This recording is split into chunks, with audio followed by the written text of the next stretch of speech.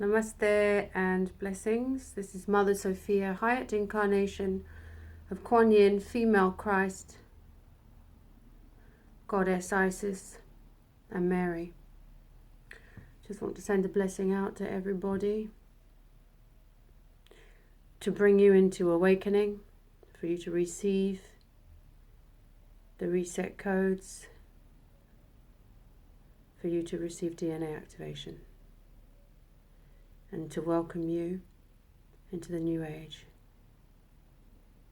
of peace, joy, abundance, unity. So my last video was about day 2 on my ayahuasca journey, and I decided to put in the recording of what I was actually saying at the time. Now day 3 was a very interesting day, and what happened on day 3, I don't know if you remember, my father died half an hour before I went into ceremony on day 2, which was, September the 10th, day 1. My father died, and I hadn't spoken to him for 15 years. Now, what happened after, on day 3, I was in like the galactic core, and I was trying to negotiate with the Madre. I was asking to see my father. I kept saying, please let me see my daddy for 1 minute, 1 day. I will give up my life for 1 day. I want to die. Let me see my daddy. Let me hold his hand 1 more time. And this went on, and there was like a negotiation with me and the Madre, and she wouldn't let me die. And I had to learn patience. Felt like I was there 3 days crying to see my father. And I had to learn patience. That was my lesson. And it felt like I was waiting for ages, 3 days, 4 days. And eventually what happened, my father took over my body in this room full of people. He took over my body and started speaking. And he said, I am Zumurad Hayat Khan. I am the father of Sophia Hayat. I am her father, and I am here now. I have done bad things, and Sophia can clear them. He didn't want to leave, and I felt very protective spirits around me, overseeing the situation, and he eventually left. And, you know, it was a beautiful gift for me, because I hadn't spoken to him for 15 years. As I said, we had a fallout, and it just really, I mean, I left the retreat on day 4, and you wouldn't have known I was the same person that entered on day 1, where I had the news of his death, and I was shaking. Also during this journey, we can call it channeling, my father was channeled. A number of entities came through me. Well, I say, it's very difficult to explain. So I started speaking, and I was saying, I am the Virgin Mary, my son is Jesus of Nazareth, born of God. Sophia Hayat is Mary.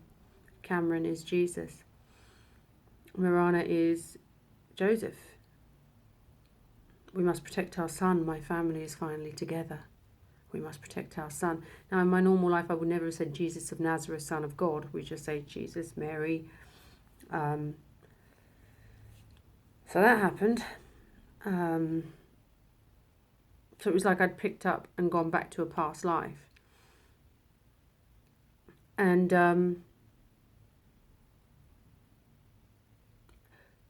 I just felt like I had to leave everything, that I couldn't go back to acting again after that day. And I also understood that I should never have sex again because of who I was. And that stayed with me after the retreat. I never wanted to and never will have sex again. It was something, I mean, it was something so sacred that I could not ignore it. And a number of things happened after, because sometimes what happens with ayahuasca, it stays with you depending upon who you are when you come into awakening with Aya. And Aya is very gentle. She will bring you into awakening according to a divine plan, because there is a divine plan at work. And I remember coming, I don't know, did I go by the fire? was that the other journey? I went by the fire and I was pregnant. I can't remember if I'm repeating myself because this one was again recorded. I think it was day 2, but I'll repeat it anyway. So I was pregnant with the planet. I stood. We all go to the fire afterwards, and I was stood by the fire, and I held my stomach, and I felt pregnant, and I said, "She's coming. She's like Earth, but she's not ready now." And I really felt like these pregnancy pains, and then I looked into the sky. I said, "She's going to be here. She's going to be here."